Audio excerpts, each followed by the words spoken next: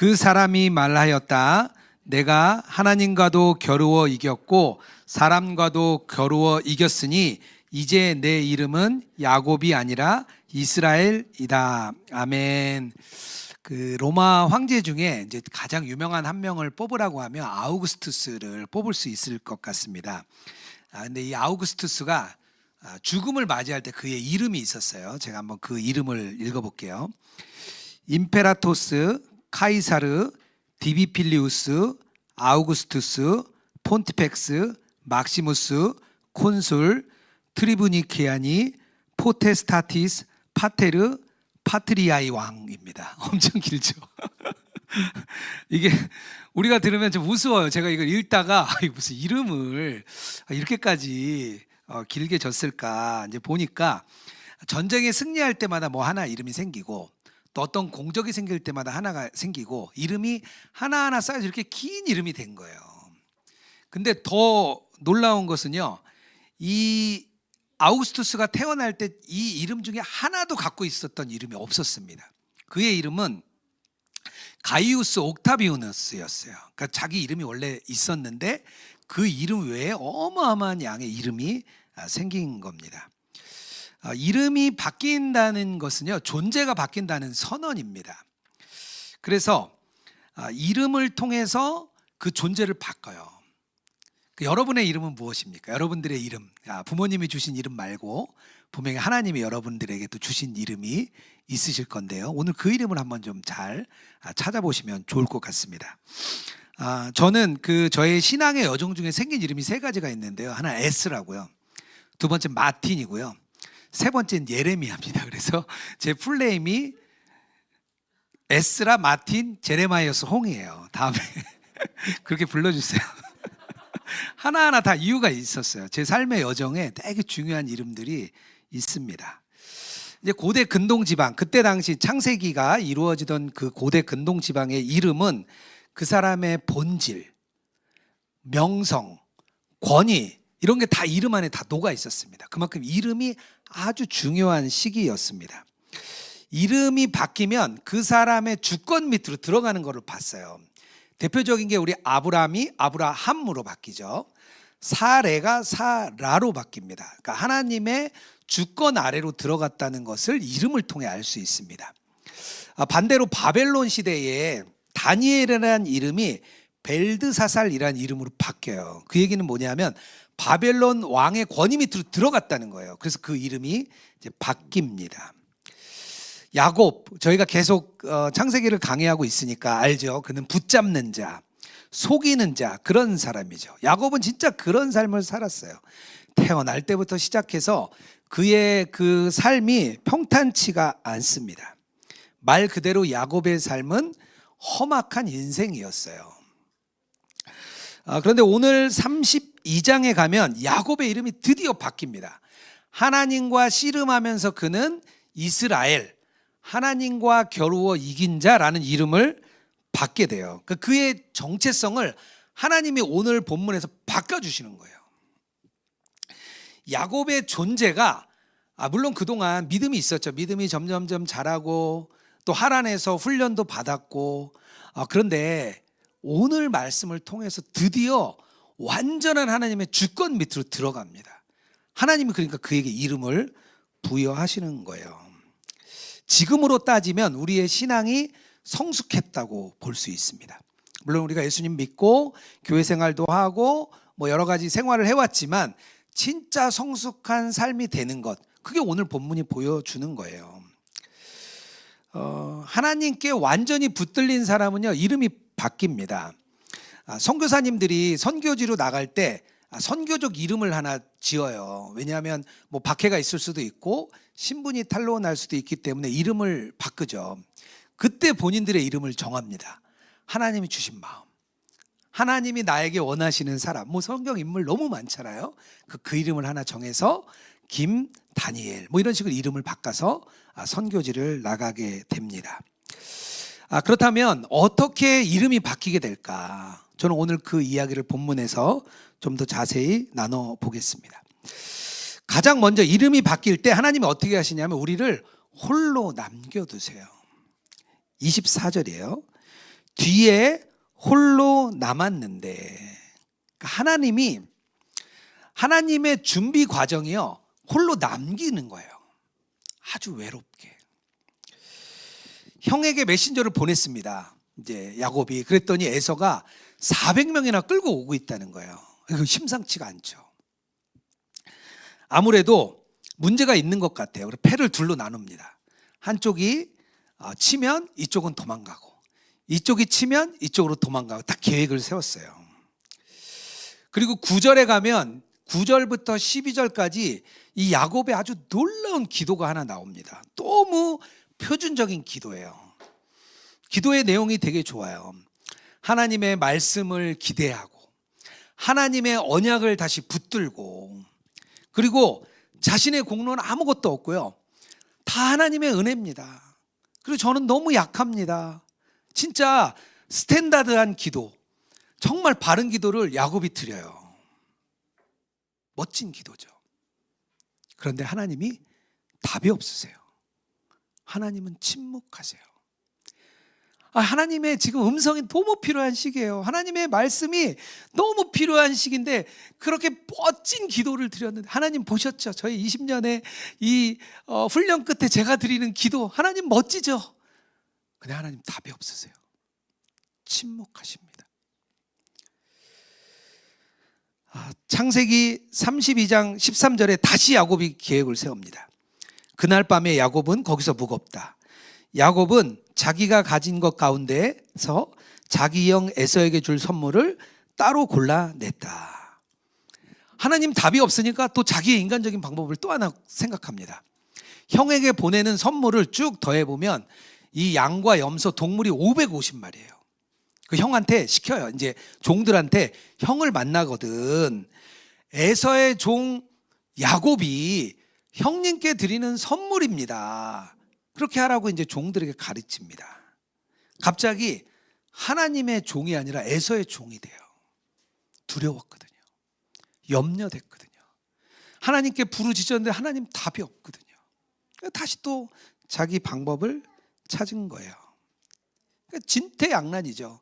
앞으로는 400명의 형 에서가 군인들을 데리고 오죠. 뒤로는 이미 라반하고 조약을 맺어서 갈 수도 없죠. 진짜 진퇴양난의 상황에서 홀로 남습니다. 하나님이 홀로 남겨두세요. 사람의 도움도 없고, 계산도 안 되고, 통제도 안 되고, 나의 계획대로 안 되는, 아무것도 안 되는 상황 속에 하나님이 홀로 두십니다. 그냥 의지할 데가 없는 거예요. 하나님만 이제 바라볼 수밖에 없어요. 베델에서도 그랬죠. 근데 베델에서는요, 잃을 게 없었어요. 자기 몸뚱이 하나였어요. 그래봐야 자기 몸 하나 잃는 거예요. 근데 지금은 다르죠. 아내가 4, 자녀가 13, 그리고 많은 가축대, 종들, 잃을 게 너무 많은 상황이에요. 하나님은 우리가 홀로 남기를 원하십니다. 많은 군중들 속에 있을 때는요, 하나님의 소리가 잘 안 들려요.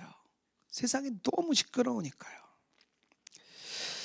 하나님과 홀로 남을 때 우리 자신, 우리의 삶의 상황, 우리의 상태를 진짜 제대로 볼 수가 있습니다. 우리가 나중에 성소의 저울에 우리를 달아볼 때가 올 거예요. 그때가 되지 않고는요, 자기 자신이 어떤지 알 수가 없어요. 다른 사람이 우리 보는 거 상관없어요. 내가 내 자신 보는 거 상관없어요. 하나님이 나를 어떻게 보느냐, 그게 가장 중요한 거예요. 근데 언제 그것을 알 수 있냐면요, 홀로 있을 때, 내가 홀로 남았을 때, 자기로부터 떠나고 세상으로부터 떠나고 모든 나를 둘러싸고 있는 모든 도움으로부터 떠날 때, 그때가 하나님하고 둘이 있는 시간입니다. 그 진짜 신앙이 그때 드러나요. 내가 혼자 있을 때 난 어떤 사람인가? 아무도 없고 내가 홀로 있을 때 나는 어떤 사람이지? 그럼 자기 자신이 드러나는 거예요. 십자가의 성 요한이라는 우리의 믿음의 선지는 이런 시간을 영혼의 어두운 밤이라고 표현했습니다. 너무 잘 어울리죠. 우리의 영혼이 어두운 밤으로 들어가는 겁니다. 그런데 예수님도 홀로 남음에 대해서 많이 얘기하셨어요. 여러 본문이 있는데 마태복음 6장 6절이 대표적입니다. 너는 기도할 때에 골방에 들어가 문을 닫고서 숨어서 계시는 내 아버지께 기도하여라. 그리하면 숨어서 보시는 너의 아버지께서 너에게 갚아 주실 것이다. 그러니까 조용한 골방에 혼자 있으면 하나님이 보시고, 우리도 하나님을 보고 하나님의 음성이 들리고, 그런 생생한 경험을 한다는 거예요. 근데 요즘 한번 생각해 보세요. 나의 모습, 나의 평일의 나의 모습 한번 생각해 보세요. 우리는요, 심심할 틈이 없어요. 심심할 수 있는 순간이 없어요. 워낙 이 스마트폰 영상과 또 SNS, 내가 하고자 하는 여러 많은 일들 때문에 홀로 있음의 위기가 있습니다. 자신의 마음과 영혼을 하나님께로 이렇게 인도해야 되는데 그러질 못해요. 지속적으로 하나님과 교제하지 못하고 뭔가 다른 길로 우리가 계속 빠져나갑니다. 보네포 목사님이 성도의 공동생활이라는 책을 쓰셨어요. 근데 거기에 홀로 있음에 대해 이렇게 말을 합니다. 홀로 있지 못하는 사람은 공동생활을 조심하도록 하십시오. 홀로 있음이 없는 친교를 원하는 사람은 공허한 말과 감상에 빠질 뿐입니다. 홀로 있는 거와 함께 있는 게 다 중요한데, 이 함께 있음 전에 내가 하나님과 홀로 있으면서 나의 상태를 점검하고 돌아보는 게 필요하다고 보네포 목사님이 말씀을 하시는 거예요. 홀로 있음이 필요하다고 이야기를 하는 겁니다. 대천덕 신부님이 성공의 신부님이십니다. 근데 이 대천덕 신부님이 건설 노동자로 굉장히 오랫동안 일을 해요. 믿음에 확신이 없어서 자기가 일을 했다가 다시 신학교에 왔다가 반복을 합니다. 그리고 목회를 할 때도 교회가 워낙 어려우니까 원양어선을 타요. 그래서 오랫동안 바다에 나가기도 하고요. 이제 근로자로 삶을 삽니다. 그리고 이분이 사막 교부들, 초대교회의 그런 주님과 친밀함을 경험했던 사람들에게 영향을 굉장히 많이 받아요. 나중에 성공의 신부로 한국에 이제 선교사로 오십니다. 근데 한국에 선교사로 있을 때 자기가 너무 문화적으로 이방인인 거예요. 60년대, 70년대니까 외국인 선교사가 너무 낯선 거예요. 그래서 그가 늘 외로웠어요. 그리고 자기는 이방인으로 이곳에 살고 있는 것 같다고 자주 이야기를 했습니다. 그가 이렇게 고백을 해요. 나는 언제나 이방인처럼 느꼈습니다. 그러나 그 외로움 속에서 하나님이 나의 집이 되어 주셨습니다. 그러니까 선교사로 나가서 낯선 민족들과 함께할 때 외롭겠죠. 근데 그 속에서 하나님을 만나는 경험을 많이 해요. 그때 60년대, 70년대 한국 교회가 막 급성장할 때입니다. 근데 이 대천덕 신부님이 뭘 봤냐면요, 신앙이 있는데 깊이가 되게 약해지는 것 같은 거예요. 활동은 많은데 하나님과 인격적인 만남이 없는 것으로 보여졌어요. 공동체는 있는데 홀로 하는 신앙이 너무 없다. 그걸 이제 느꼈습니다. 그래서 한국 교회의 뿌리가 굉장히 약하구나, 그렇게 생각을 이제 하게 됐습니다. 근데 사회가 너무 바쁜 거예요. 이 목사님 생각하시기에 도시 한가운데서 너무 소리가 많고, 또 사람들이 교회 안에서도 너무 바쁘고, 그러니까 이 속에서는 도저히 하나님의 음성을 세밀하게 듣는 수 없다고 생각을 합니다. 그래서 저 멀리 강원도 태백에 장소를 하나 정해요. 전기도 없고 차도 없고 오기 힘든 곳, 그 예수원이라는 곳을 그때 세웁니다. 이 예수원은 처음부터 사람을 모으는 사역이 아니었어요. 이 대천덕 신부님은 하나님 앞에 홀로 있는 시간을 경험하게 해주고 싶었어요. 그래서 이 대천덕 신부님이 예수님과 친밀한 동행에 대한 한국에서 거의 시초격이 됩니다. 제가 몰랐는데요, 나중에 유기성 목사님과 이야기를 나누다 보니까 유기성 목사님이 20대 30대 젊은 시절에 대천덕 신부님의 책을 읽고 영향을 그렇게 많이 받으셨대요. 그래서 예수원과 같은 그런 공동체를 세우고 싶으셨대요. 대천덕 신부님의 영향을 유기성 목사님도 받은 거죠. 지금 예수원은요 아주 특별한 사역을 하고 있습니다. 북녘 땅을 위해서 준비하고 모이고 있어요. 전 세계에 우리가 알지도 못하는 나라의 선교사님들이요 다 지금 그곳에 와 있어요. 북녘 땅을 바라보고 그곳에서 준비하고 있어요. 너무 놀라워요. 그 예수원이라는 곳이 정말 놀라운 곳이더라고요. 우리의 존재가 변화되는 것은 하나님 앞에 홀로 있을 때입니다. 혹시 여러분들이 사방이 막혀서 의지할 때도 없고 바라볼 때도 없고 그런 꽉 막힌 상황이라면 하나님이 그렇게 이끄신 거예요. 하늘만 바라보도록. 우리의 존재를 바꾸시고 우리의 신앙이 성장하고 성숙할 수 있는 길을 하나님이 보여주시는 겁니다. 홀로 남아서 하나님을 바라보는 그런 경험들이 우리 한 분 한 분 여러분들에게 있기를 주님의 이름으로 축복합니다. 이름이 바뀌게 되는 두 번째 과정이 또 있는데요. 뭐냐 하면 하나님이 우리 마음의 갈망을 바꾸십니다. 26절이에요. 그가 날이 새려고 하니 놓아달라고 하였지만 야곱은 자기에게 축복해 주지 않으면 보내지 않겠다고 때를 썼다.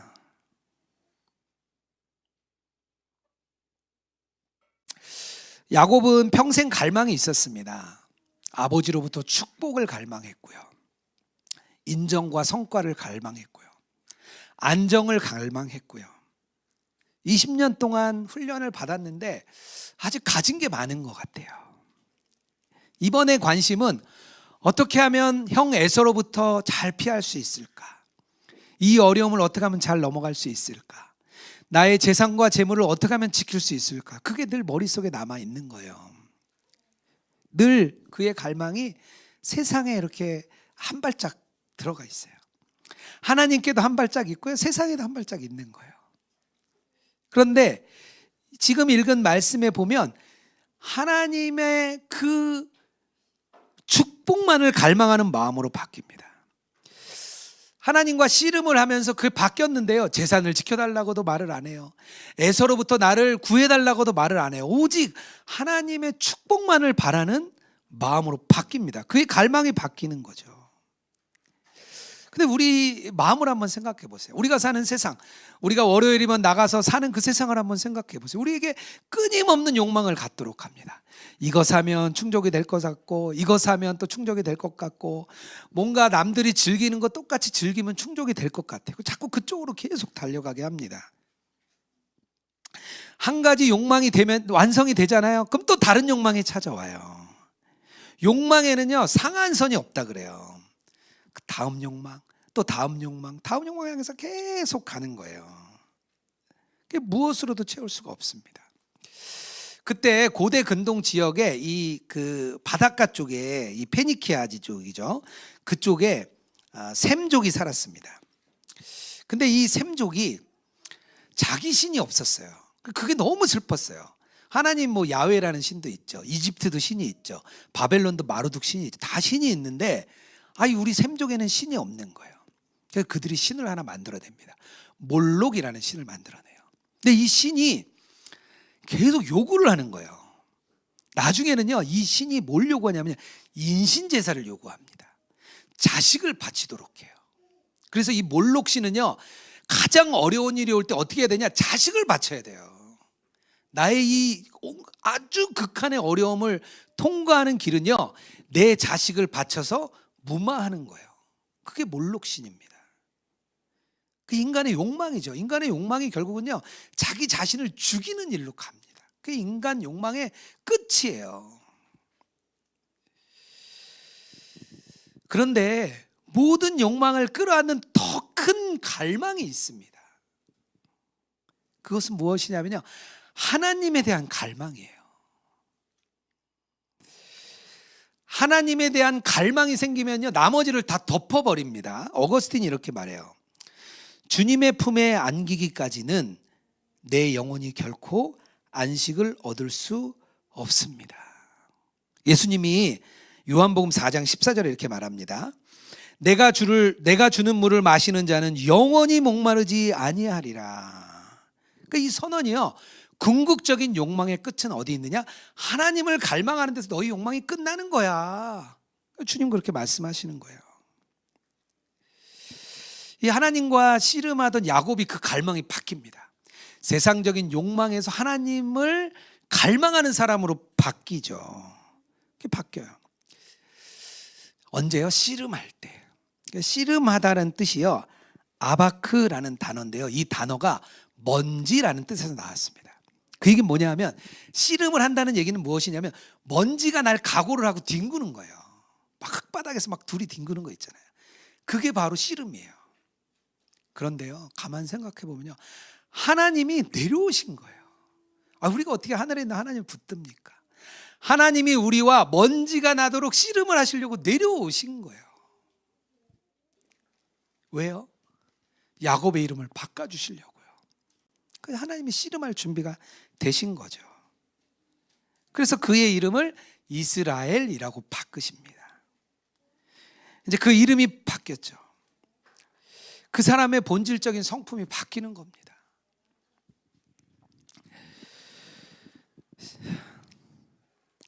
그 사람을 묘사하는 단어, 야곱, 속이는 자, 발 뒤꿈치를 잡은 자에서 이스라엘이라고 바뀝니다. 근데 그가 이스라엘이라는 뜻에는요, 애쓰다, 인내하다, 노력하다, 그런 단어도 있어요. 그러니까 야곱이 어떻게 바뀐 사람이냐면 하나님을 향해 애쓰는 사람으로 바뀐 거예요. 그 갈망이. 그러니까 하나님과의 이 애씀이 있는 사람, 하나님과 씨름하는 사람은요, 늘 변화가 따라요. 변화가 찾아오게 됩니다. 그러니까 이 씨름하다는 단어는 다양한 언어로 해석될 수 있어요. 밤을 새워 주님과 함께하는 기도가 될 수도 있습니다. 막 정말 붙들고 하나님, 나를 붙들어 주셔야 돼요. 그런 기도가 될 수 있어요. 어떤 사람에게는요, 말씀을 읽는 것일 수 있어요. 말씀을 막 계속 읽어 나가는 거죠. 말씀에 사로잡히는 거죠. 어떤 분은 신앙서적을 읽으면서 깊은 고독으로 들어가는 사람도 있습니다. 그 안에서 누리는 은혜를 경험하는 거죠. 또 우리가 동행일기를 쓰는 행위도 주님과 독대하는 시간으로 들어가는 거예요. 시간을 내어서 다른 분들의 일기에 아멘 해주고 댓글을 달아주고, 그것도 주님과 씨름하는 시간이에요. 사실 우리가 드리는 신앙의 행위들이 다 주님과 씨름하는 순간들이에요. 우리의 애씀이죠, 애씀. 근데 하나님이 그 애씀을 너무 기뻐하시는 거예요. 그래, 너 잘했다, 너 수고했다, 야, 너 그거밖에 안 되냐, 그게 아니고요, 우리의 그 작은 애씀도 하나님이 기뻐하시고 직접 땅바닥에 뒹구시려고 내려오시는 거예요. 그럼 우리가 씨름해 주시죠. 다윗이 시편에서 이렇게 고백합니다. 42편 1절이에요. 하나님이여, 사슴이 시냇물을 찾기에 갈급한 같이 내 영혼이 주를 찾기에 갈급하니이다. 여기서 사슴은 사냥꾼과 개들에게 쫓기는 사슴을 얘기합니다. 막 산을 넘고 들을 건너서 막 도망하는 거예요. 그랬더니 그 갈증이 너무 심하게 탑니다. 이게 오늘 본문이 말하고 있는 이 이야기예요. 우리가 세상에서 돌아서잖아요. 어떤 일이 생기냐 하면요, 세상의 욕망이 나를 막 추격해 옵니다.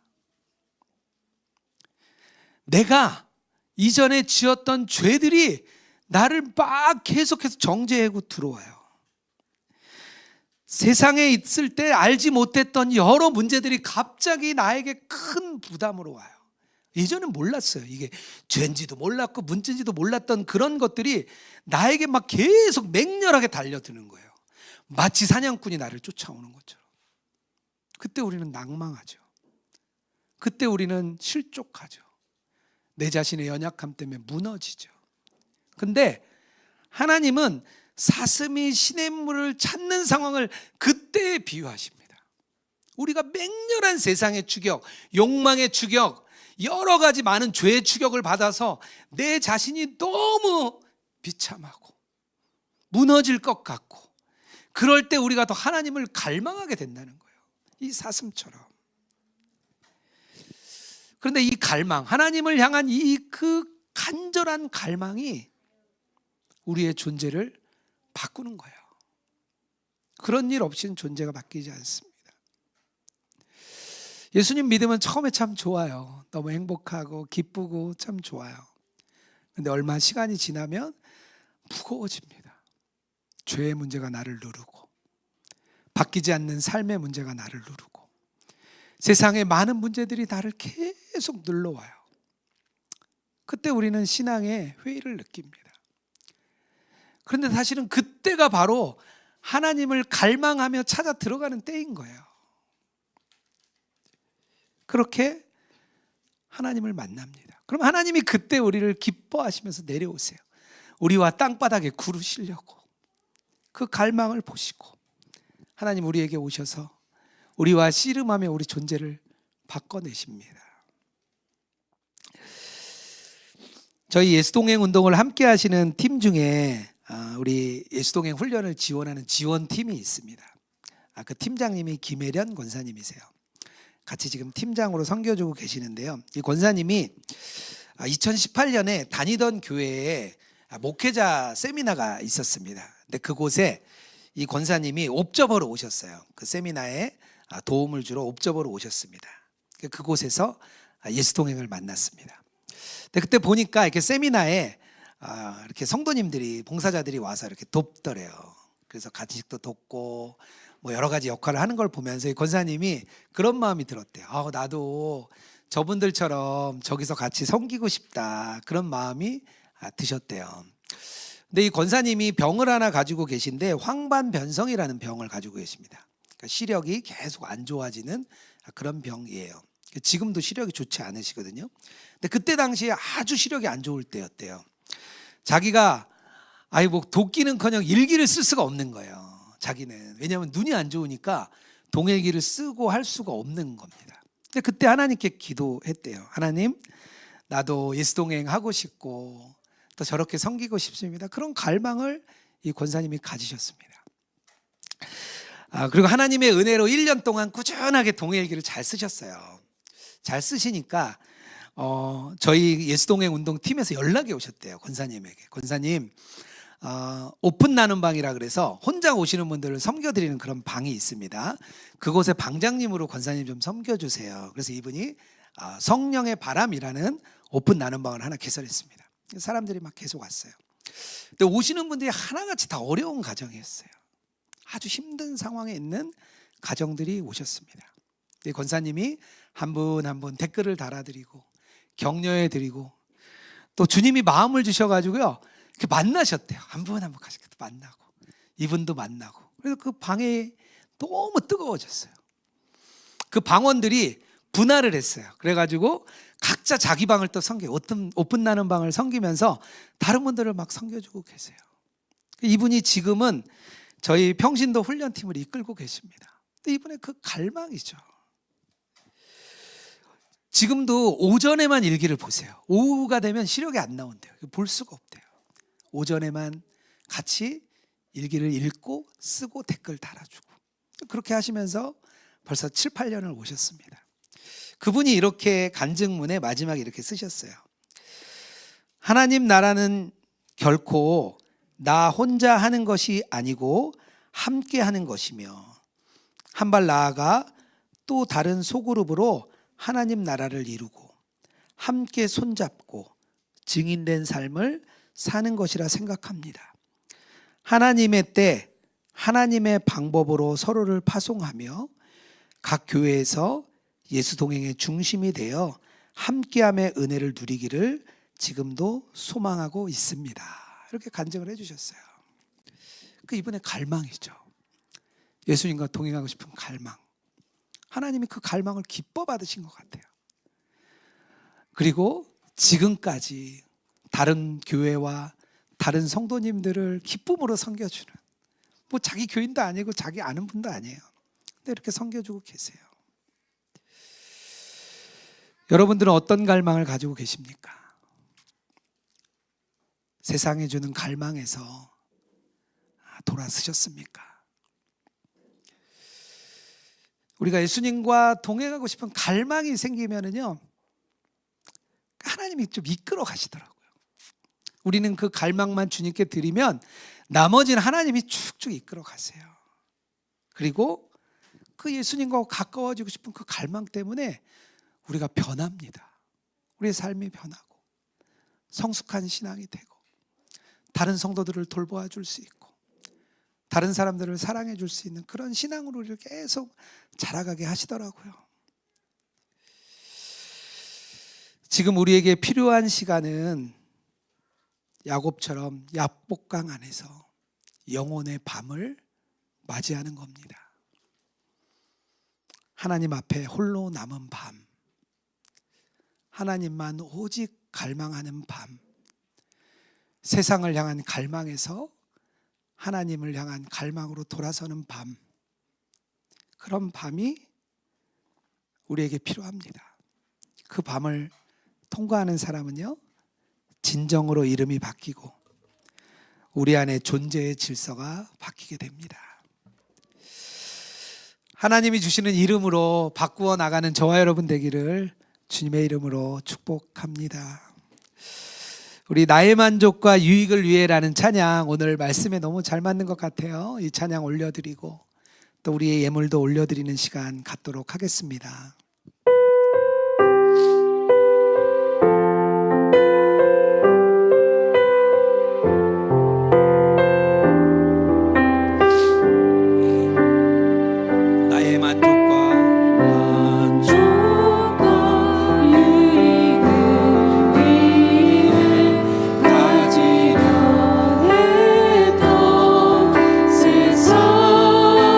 이제 모두 다 해로 여기고 주님을 위해 다 버리네.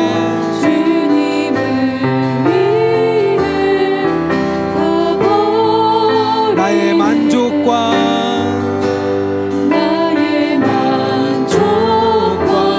유익을 위해 가지려 했던 이젠 다 모두 해로 여기고 이제 모두 다 해로 여기고 주님을 위해 다 버리네. 내 안에 가장 귀한 것 주님을 알미라. 모든 것 되시며 의와 기쁨 되신 주 사랑합니다. 우리 가슴에 손을 얹고 찬양하겠습니다.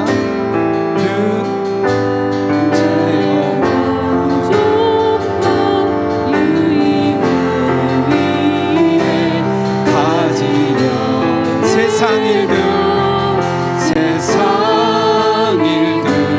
이제 모두 다 해로 여기고 주님을 위해 다 버리네.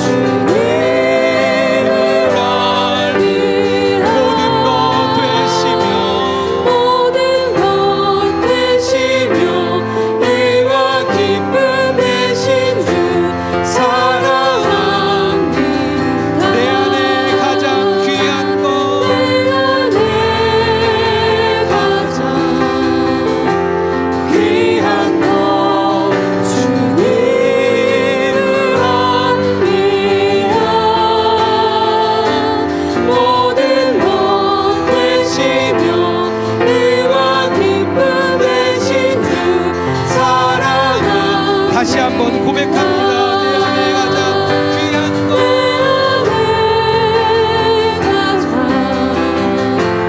귀한 것 주님을 압니다. 모든 것 되시며 의와 기쁨 되신 주 사랑합니다.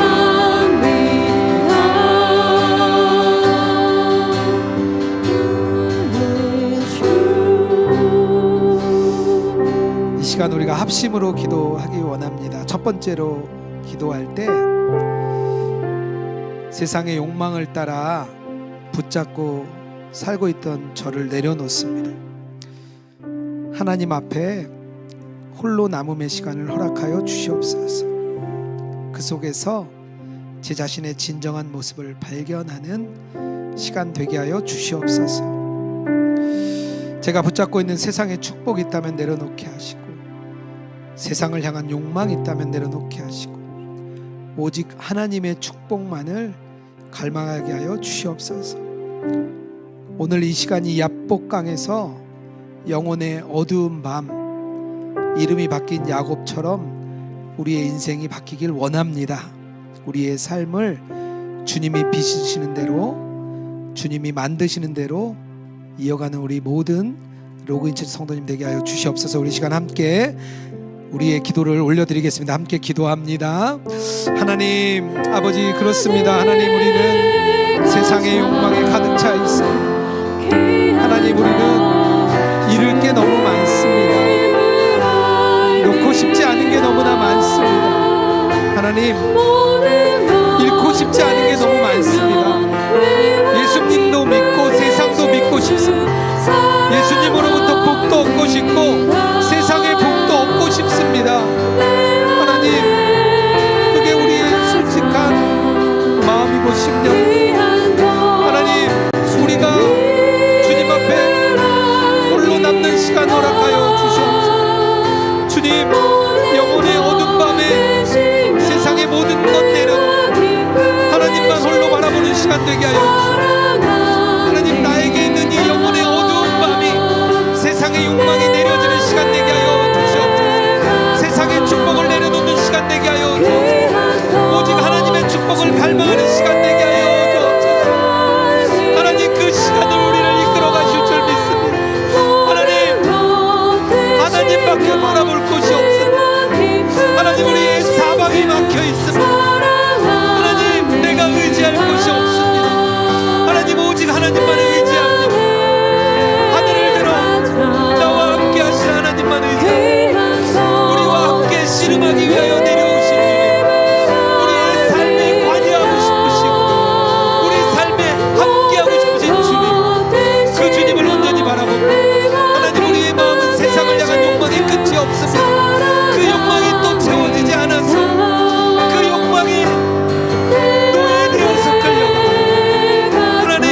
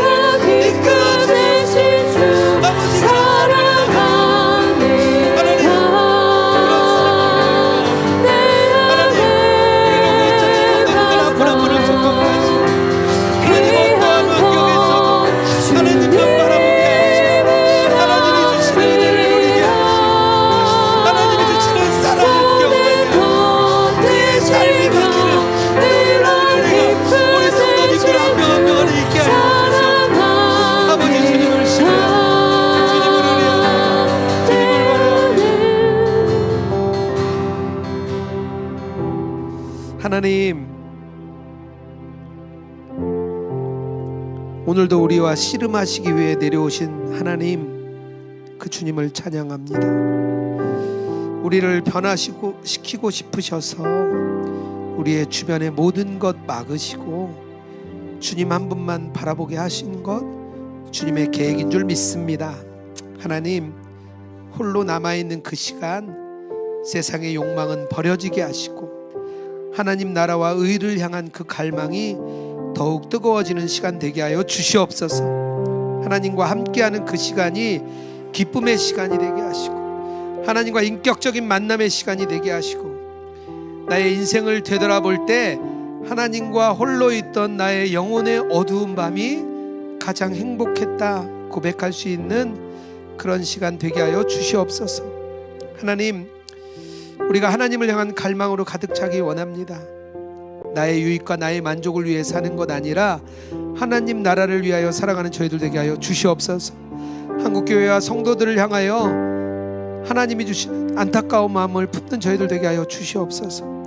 선교 완성과 나라와 민족을 위해 기도하게 하시고 복음 통일을 위해 기도하게 하시고 믿음을 제대로 살아내지 못하는 많은 영혼들을 위하여 기도하는 저희들 되게 하여 주시옵소서. 하나님, 우리가 예물 들고 또 왔습니다. 이 예물이 온라인상에 하나님 나라가 세워지는 데 사용되게 하여 주시옵소서. 예물 드린 손길들 한 분 한 분 축복하여 주시고 하나님의 은혜로 30배, 60배, 100배의 아름다운 열매가 맺어지는 가정들 되게 하여 주시옵소서. 이제는 우리 주 예수 그리스도의 은혜와 하나님 아버지의 사랑과 성령의 교통하시고 동행하심이 영혼의 어두운 밤 하나님과 함께하며 이름이 바뀌어 나가는 우리 로그인 처치 성도들과 온라인상의 주의 백성 위에 이제로부터 영원토록 함께 하시기를 축원하옵나이다. 아멘.